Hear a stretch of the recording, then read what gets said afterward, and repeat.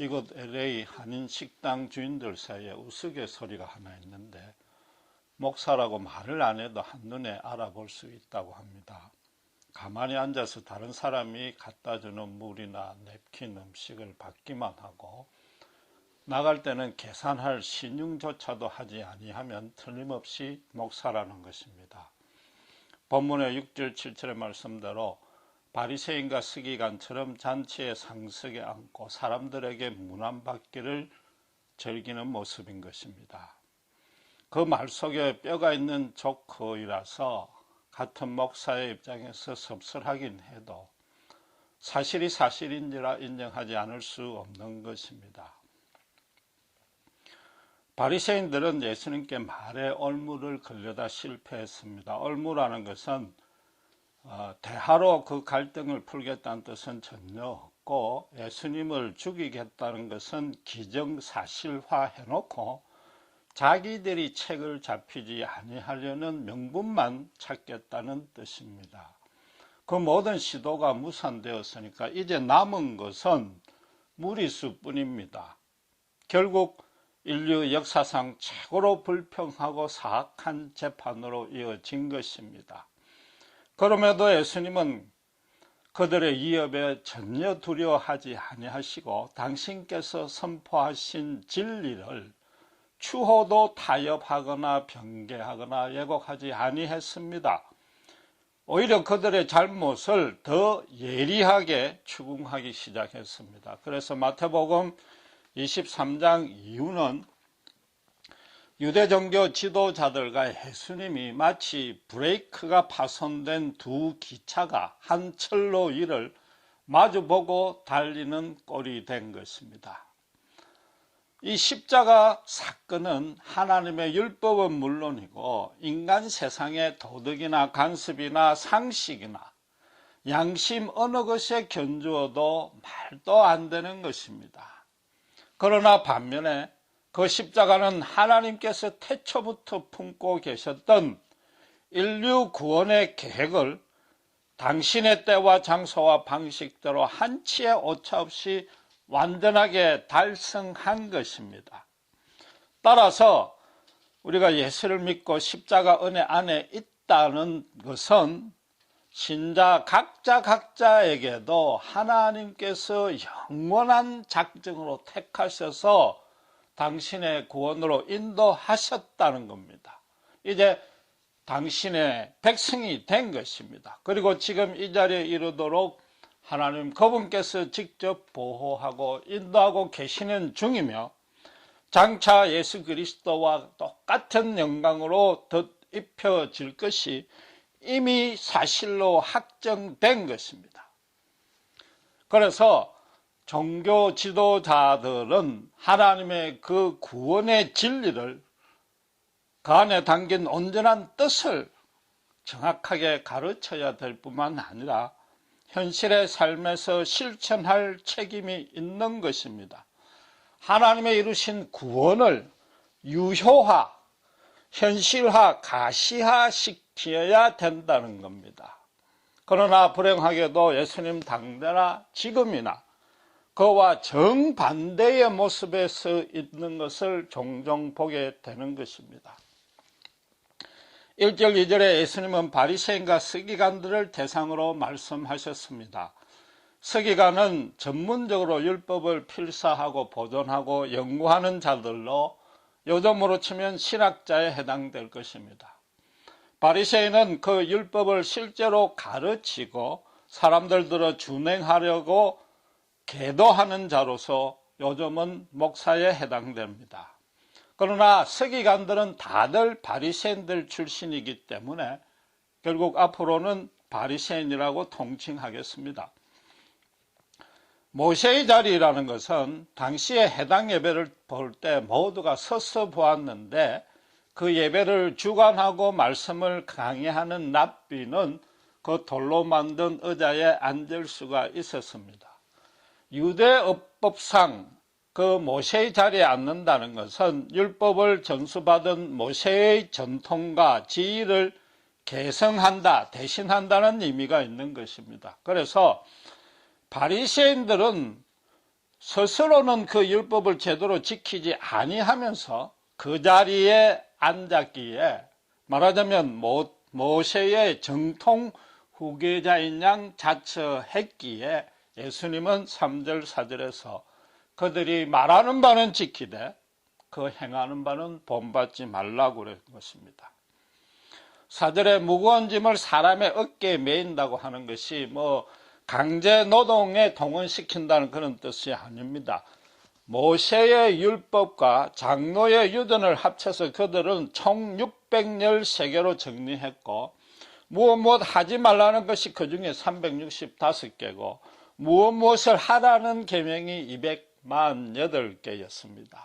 그렇게 정리 분류해가지고는 그걸 사람들이 정확하게 시행하는지 감독하고 간섭한 것입니다. 만약에 하나라도 어기면 죄인이라는 너울을 씌워가지고 사람 취급도 안 한 것입니다. 그러면서 막상 자기들은 그게 귀찮으면 무시해버렸습니다. 613개를 외우고 그걸 일일이 적용한다면 그 머리는 상당한 겁니다. 그 팽팽 잘 돌아가는 머리를 자기를 향해서는 완전 작동을 멈춘 것입니다.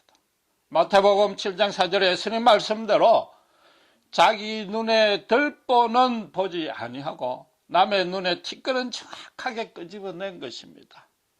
바울 사도는 고린도전서 13장 4절 7절에서 사랑을 정리한 가운데 가장 중요한 특성이 무엇이라고 했습니까? 끝까지 참는 것이 사랑의 본질이라고 그랬습니다. 자기들 잘못은 끝까지 참아주었습니다. 그럼 뭡니까? 자기 사랑은 100점 한 것입니다. 그러나 이웃에게는 단 하나도 참아내지 못했기에 이웃 사랑은 빵점 한 것입니다. 한 율법사가 예수님께 자기를 좋게 보이려고 내 이웃이 누구냐 물었습니다. 그때 예수님이 사마리아인 비유로 대답했습니다. 그 뜻은 무엇이었습니까? 자기들과 동료, 같은 신분의 사람, 쉽게 말해서 끼리끼리 사랑하는 것은 아무리 100% 온전하게 사랑해도 자기 사랑한 것 뿐이지 이웃 사랑 하나도 한 것 아니라는 것입니다. 5절에 차는 경문을 넓게 했다니까 언뜻 우리말 보니까 타고 다니는 수레를 화려하게 한 것양 오해할 수 있습니다. 여기서 경문은 말 그대로 경의 문구, 성경의 문구입니다. 유대인들이 율법에서 가장 중요하다고 여기는 신명기 6장 5절 하나님을 온 힘을 다해서 사랑하라는 그 세 말을 작은 종이 두루마리에 적어서 조그만 가죽 상자에 넣어가지고 이마와 팔뚝에 차고 다녔단 말이에요. 그래서 차는 경문이라고 그런 겁니다. 그걸 남들보다 더 크게 만들어서 자기들은 하나님을 더 뜨겁게 많이 사랑하고 있다고 가시한 것입니다. 거기에 옷수를 크게 했다고 그랬습니다. 이는 민수기 15장 38절에 보면 유대인 남자들이 그 옷을 입을 때 겉옷 옷자락 끝에 청색끈을 꼬아서 술을 만들어서 달도록 했습니다. 이 청색은 하늘, 즉 하늘에 계신 하나님을 상징하는 겁니다. 유대인들은 모두 그걸 하게 되어 있으니까 출애굽의 큰 구원을 받아서 하나님에 속한 백성이라는 겁니다. 그래서 이제는 오직 하나님의 뜻대로 살 것을 그 수를 보면서 항상 기억하고 실천하라는 의미였는데 바리새인들은 그걸 크게 만들어 가지고 자기들의 경건함을 자기들이 자랑했던 것입니다. 거기다가 율법을 가르치고 있는 지도자니까 당연히 잔치에 가면 상석에 앉고 문안받았습니다. 거기에 랍비란 것은 나의 주, 나의 선생이란 뜻이고 예수님도 여러 번 그렇게 불린 적이 있습니다. 그런데 나중에는 차츰차츰 이 랍비 근위가 스스로 세우려고 사람들 들어 2번씩 부를 때 부르라고 강요도 했고 심지어 AD 3세기 이후에는 이 랍비의 권세가 크다 못해서 제자들은 절대로 복종하게 되어 있습니다. 길을 걸어갈 때 앞에는 물론이고 옆에도 못 가고 뒤에서 먼발치에서 따르도록 한 것입니다. 지금도 목사들은 자신들이 성경을 가르치는 내용이나 교회를 운영할 때 지시하는 것에 대해서 절대 순종하라고 강요하고 있습니다. 교인들이 마음에서 그 목사님을 존중해서 스스로 우러나와서 존경을 한다면, 또 그런 공동체라면 하나님의 은혜가 임하지 아니할 수가 없는 겁니다. 그런데도 낯간지럽게도 저도 목사이지만은 죄송하게 목사가 자기 입으로 자기에게 순종하며 하나님께 복을 받는다고, 그래서 만약에 정말 현실에서 형통하길 원하면 목사 잘 대우해 주라고 설교하고 있단 말입니다. 예수님께서 바리새인들도 상석에서 차지하고 문 안 받기를 즐기는 까닭을 무엇이라고 말씀했습니까? 한마디로 사람에게 잘 보이려 하기 때문이라고 그랬습니다. 역으로 말하면 하나님에게 잘 보이는 데는 별 신경 쓰지 아니했다는 겁니다. 사람에게 그러는 것보다 덜 신경 썼다는 겁니다. 어떻게 그럴 수가 있습니까? 하나님의 말씀을 매일 연구하고 가르쳐야 되면은 하나님 앞에 더 겸손해야 되지 않느냐 말이죠. 바리새인들이 자기들만큼 그 율법을 잘 아는 사람이 아무도 없다는 자부심을 가진 겁니다. 다른 이들이 잘 모르니까 자기들에게 물을 수밖에 없었는데도 마치 그 성경을, 율법을 자기들이 독점하는 권세인 양 착각한 겁니다. 그러니까 예수님들은 성전에 가르칠 권세를 따진 겁니다. 모든 잘못은 거기에서 출발하는 겁니다. 613개의 계명을 암기하는 것, 그것도 참 대단합니다. 일반인들이 봤을 때 굉장히 대단한 데다가 케이스 바이 케이스로 분류해서 적용하고 판결하니까 판결한 당사자 바리새인들도 스스로 우쭐해졌습니다. 교만에 빠진 겁니다. 거기다 판결받는 사람들은 자연히 그들을 우러러보게 된 것입니다. 한국 사정은 잘 몰라도 미국의 법정에는 판사가 입장할 때 변호사와 검사까지 포함해서 모든 참석자들이 일어나야 됩니다. 그래서 판사가 앉아야만 앉을 수 있는데 그 판사를 존경한다는 표시입니다. 그러나 판사 개인의 인격과 성품은 그 중에 아무도 모릅니다. 거의 대부분이 그 판사를 생전 처음 보았습니다. 그런데도 왜 그러느냐? 법의 공평과 정의가 보장이 되어 있고 그 보장된 대로 불편부당하게 객관적으로 합리적인 판결을 기대한다는 뜻이고, 그렇게 해주면 순종하겠다는 뜻인 겁니다. 실제로 미국 판사들은 뇌물의 유혹에 넘어가지 아니하고 판단을 정확하게 하려고 연봉을 굉장히 많이 주고 본인들도 이걸 엄청난 명예직으로 생각하기 때문에 불공정한 판결은 거의 없습니다. 최소한도 약자를 억울하게 만드는 판결이 없고 오히려 약자를 더 지금 보호해 주려니까 문제가 되고 있을 그런 지경에까지 이른 겁니다. 법이 공평하니까 그 집행도 공평해지는 것이고, 그렇게 공평한 판결한 판사도 공평하니까 존경받는 것입니다. 판사의 권위는 판사 개인이 세운 것이 아니라 그 법의 권위로 판사의 권위를 세운 것입니다. 랍비든 목사든 그 목사 타이틀이 절대 권세가 있는 게 아닌 것입니다. 하나님 말씀을, 완전하신 하나님 말씀을 공정하게 가르치고 집행하고 순종할 때만이 권위가 생기는 것입니다. 디모데전서 5장 7절에 말씀을 가르치는 자를 더 존경하라고 그랬습니다. 목사라고 무조건 존경하라는 뜻이 아닌 것입니다. 말씀을 가르치는데 수고하는 자라고 그랬습니다. 그러니까 말씀도 단순하게 가르치는 것이 아니라 정확하고 순전하게 그 말씀의 진리됨을 가르침 뿐만 아니라 실제 삶에서 증명해 보이는 그런 자를 배로 존경하라는 것입니다. 신명기 18장 22절에 여호와의 이름으로 말을 할지라도 그 말한 일이 정함과 성취가 따르지 아니하면은 여호와가 하신 말씀이 아니라고 율법 자체가 그걸 선언하고 있지 않는가 말이죠. 하나님의 말씀은 절대적으로 영원한 진리입니다. 그 안에 공평과 정의가 100% 충족되게 되어 있습니다. 세상 역사를 주도하고 각 개인의 인생을 하나님이 어떻게 인도하시는지 하나님의 그 거룩하시고 완전하신 뜻이 계획이 경안에 기록되어 있단 말입니다. 예수님 당시에서는 구약 성경뿐이었습니다. 이 본문 사정에서도 그때도 그렇습니다. 그런데 그 구약 성경을 오늘날의 신자들이 볼 때 뭔가 초보적이고 원시적이고 심지어 사교 컬트 같은 냄새가 납니다.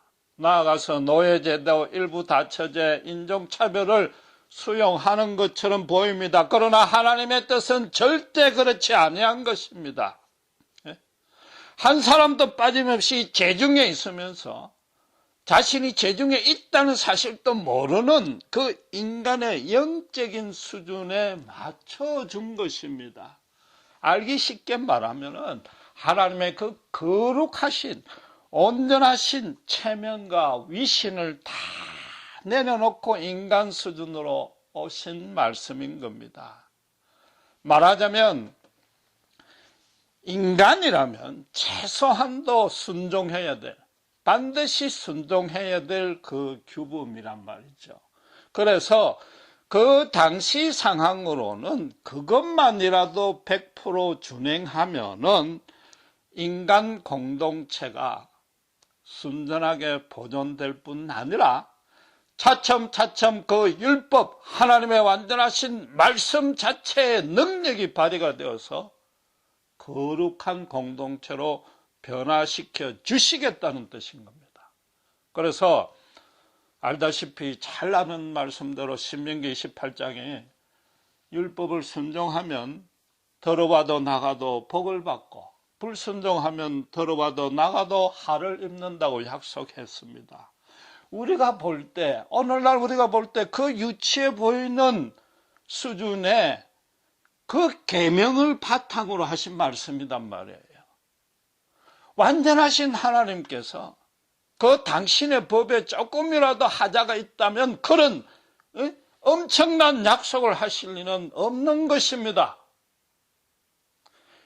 유치해 보이는 구약 성경이 문제가 아니라 그것조차 제대로 실행은커녕 이해도 못하는 부패한 인간의 영혼이 잘못된 것입니다. 만약에 바리새인들이 구약 성경을 정말로 진지하게 묵상하고 연구했다면은 그 거룩하시고 온전하신 하나님 앞에 완전하게 항복할 수밖에 없습니다.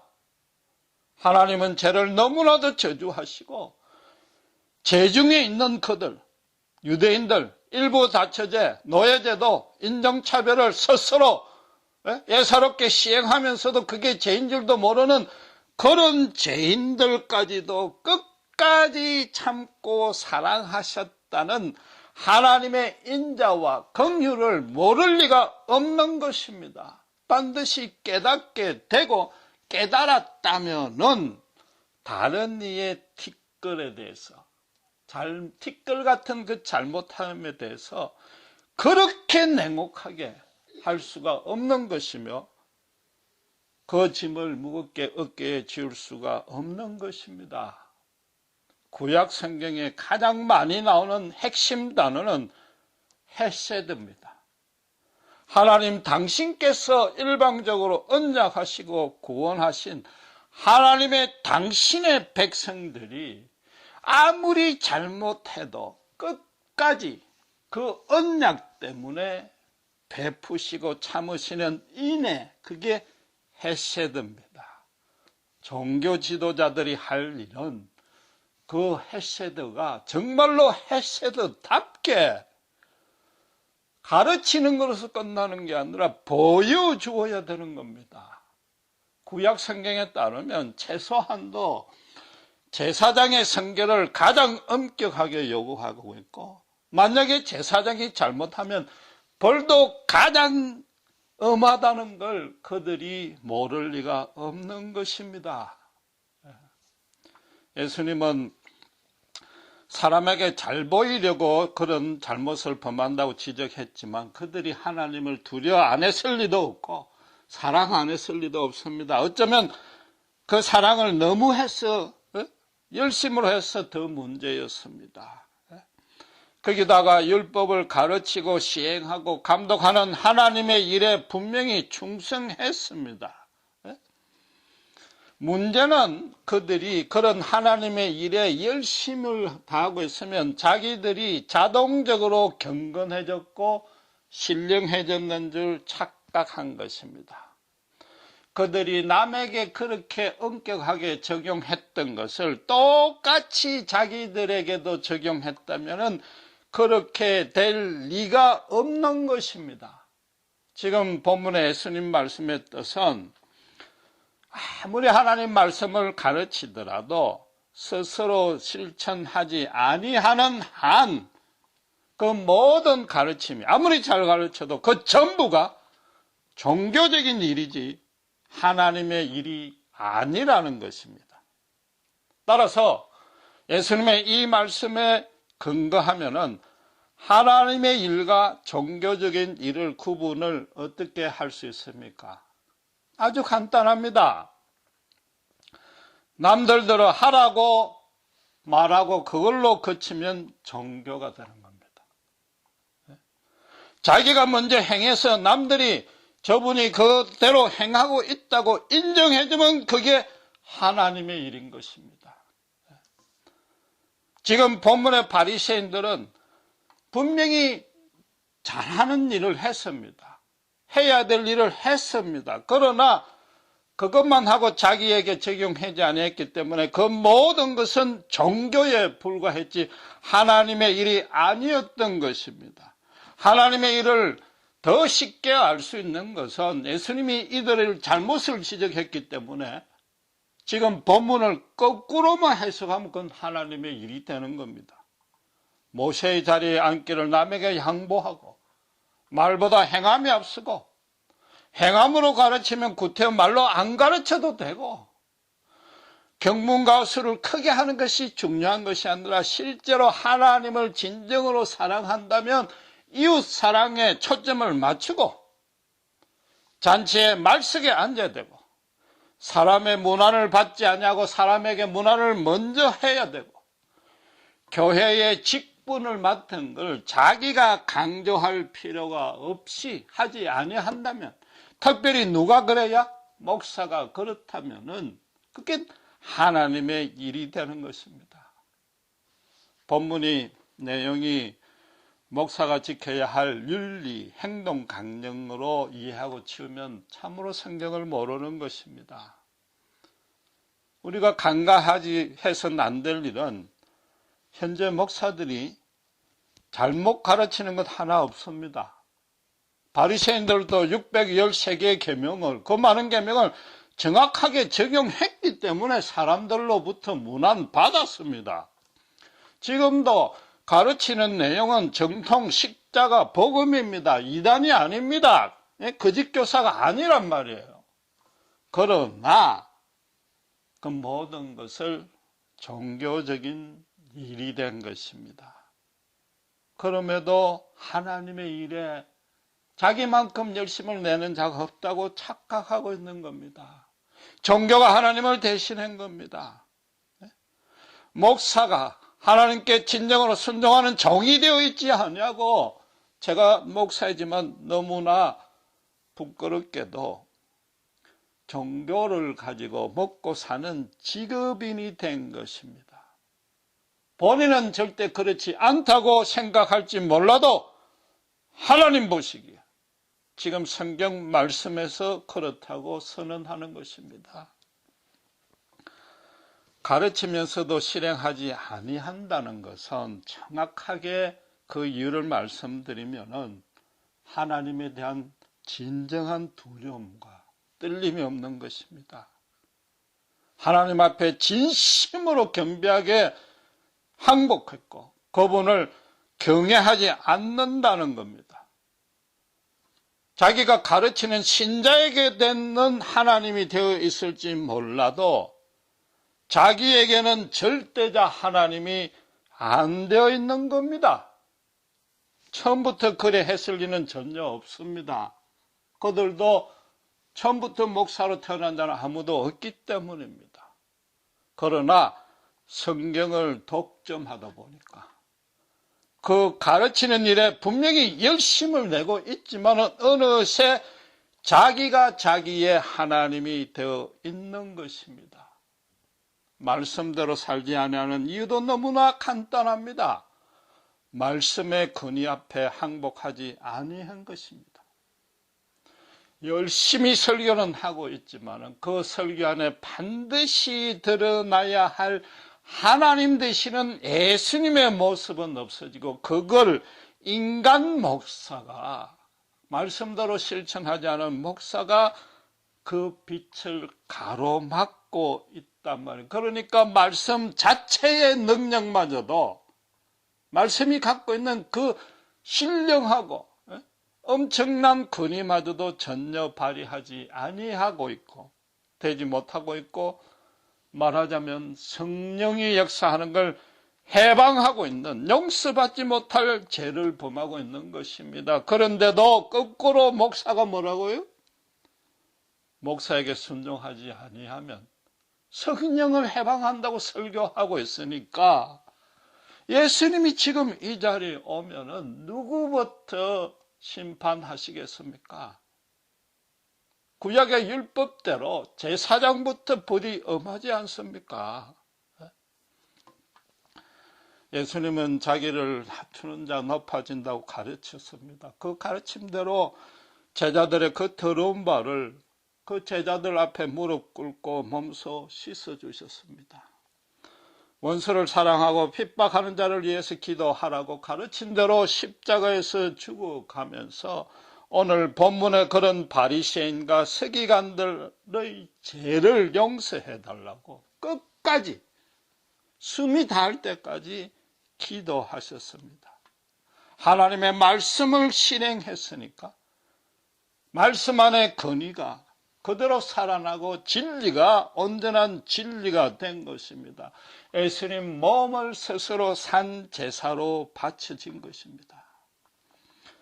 바울도 우상 제물 먹는 문제를 가지고 우상은 아예 실존조차 하지 아니하니까 얼마든지 먹어도 된다고 했습니다.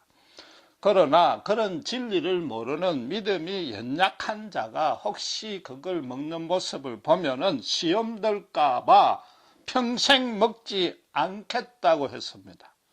지금으로 치면 어떻습니까? LA 한인식당의 주인이 만약에 불신자였다면은 그런 모습을 보고 속으로 목사뿐 아니라 기독교, 심지어 나아가서 예수님마저도 얼마나 우습게 보겠습니까? 그럴 경우에 목사가 먼저 평생도록 계산을 하고 거꾸로 교인들에게 물과 휴지를 갖다 주겠다는 것이 바울 아니냔 말이죠. 그런데 문제는 목사만이 아닙니다.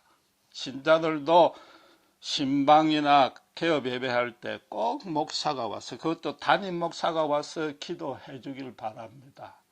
그러고 나면 뭐라고요?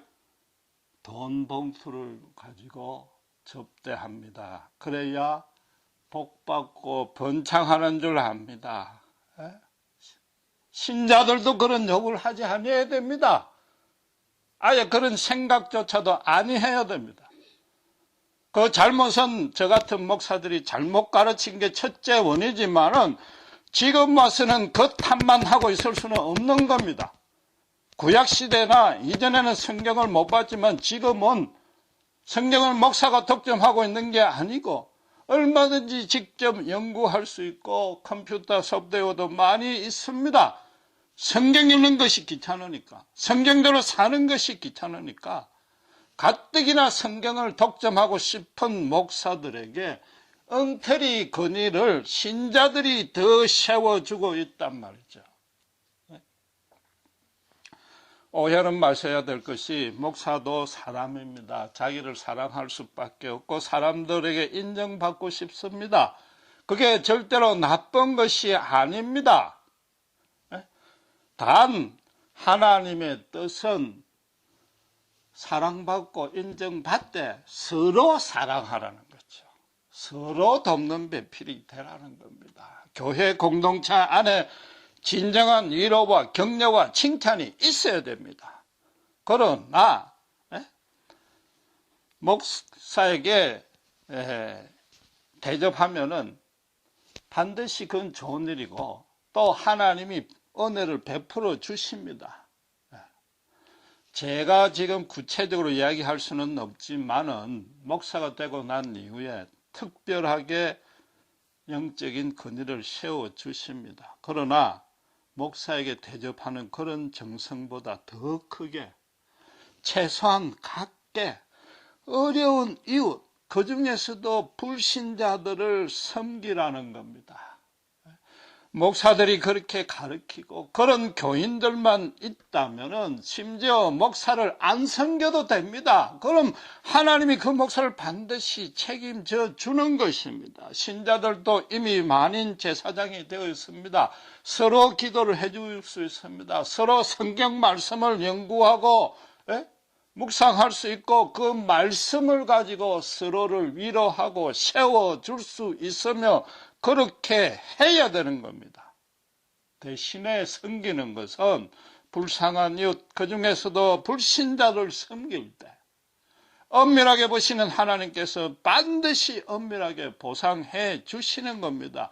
신자 개인들을 복받게 하는 것이 아니라 더 섬길 수 있도록 더 불쌍한 이웃을 더 많이 붙여주시고 돈이 아니라도 하나님의 방식만으로 섬길 수 있는 기회와 여건을 하나님이 더 마련해 주십니다. 또 그렇게 섬길 때에 진정으로 세상이 맛볼 수 없는 하늘의 기쁨, 행복이 넘치게 되는 것입니다. 오늘날 미국의 젊은이들이 교회를 멀리한다고 난리를 치고 있습니다. 그런데 실제로 최근에 조사를 해보니까 영적인 갈급함은 더 정대하고 있습니다. 너무 살기가 각박하니까 그럴 수밖에 없습니다. 그런데 그들의 변인적 예수님은 좋은데 교회와 교인은 싫다는 거죠. 그 중에 가장 큰 이유가 뭐겠습니까? 예수님 닮은 목사, 바울 닮은 신자를 발견하기 힘들다는 것 아닙니까? 말씀이 진리라고 가르치면서 그대로 실천을 안 하고 말로만 가르치는데 누가 그걸 믿겠느냐 말이죠. 예수를 믿어서 십자가 은혜 안에 있다는 뜻이 교회 출석 열심히 하고 그 종교 행위에 성실한 것, 그 중요하지만 그것을 뜻하지 아니한다는 겁니다. 거기다가 심지어 예수 믿어서 구원 얻었다고 안심하는 것도 예수 안에 있는 게 아닌 겁니다. 그건 십자가를 통과했고 교회에 출석했을 그 사건만 이야기하는 것이고 십자가 안에 완전히 들어온 것은 아니단 말이죠. 하나님은 진짜로 자기에게 절대자가 되어 있어야 되고 예수님으로 인해서 살고 죽어야 되고 성경 말씀은 절대적이고 영원한 진리고 그대로 살아야만 되고 그것이 복이고 그렇게 살 때 절대로 손해가 없다고 믿고 생각하고 말하고 행동해야 됩니다. 그러면은 하나님의 능력이 어떤 일도 풍성하고 아름답고 거룩하게 반드시 선으로 이루신다는 걸 체험하고 있어야 된단 말이죠. 하나님께 항복한다는 말은 기독교에 한해서는 말씀의 하나님이고 성경이 살아있는 하나님의 말씀이기 때문에 성경 앞에 항복한다는 겁니다. 그래서 정말로 예수님만이 자기 안에 참주인으로서 살아있는 말씀으로 생명으로 넘쳐야 되는 겁니다. 그럴 때에 생명의 성령의 법이 어떻게 해요? 율법의 요구도 이루게 해 주신다고 약속하셨습니다. 더 이상 죄의 법이 우리를 주장할 수 없단 말이죠. 삶에서 말씀대로 거룩하게 살아서 실제로 열매를 아무리 더딜지라도 단 하나라도 하나씩 맺고 있어야 십자가 안에 있는 것입니다. 그런 인생은 절대로 실패하는 법이 없습니다. 실패란 의미를 정확히 아셔야 됩니다. 신자의 실패는 내가 태초부터 영원하신 하나님의 작정과 사랑 안에 있다는 것을 모르는 것입니다. 그게 신자의 실패입니다. 신자의 성공은 그 반대입니다. 지금 바리새인들과 일부 목사들의 잘못은 바로 이런 점에서 모르고 있거나 잊고 있기 때문에 너무나도 큰 실패를 하고 있고, 그리함으로 해서 봉사가 봉사를 인도하는 것처럼 신자들도 실패하고 있는, 종교는 번창한데 영적인 실패만 무성하게 열매 맺는 지경에까지 이르는 것입니다. 기도하겠습니다.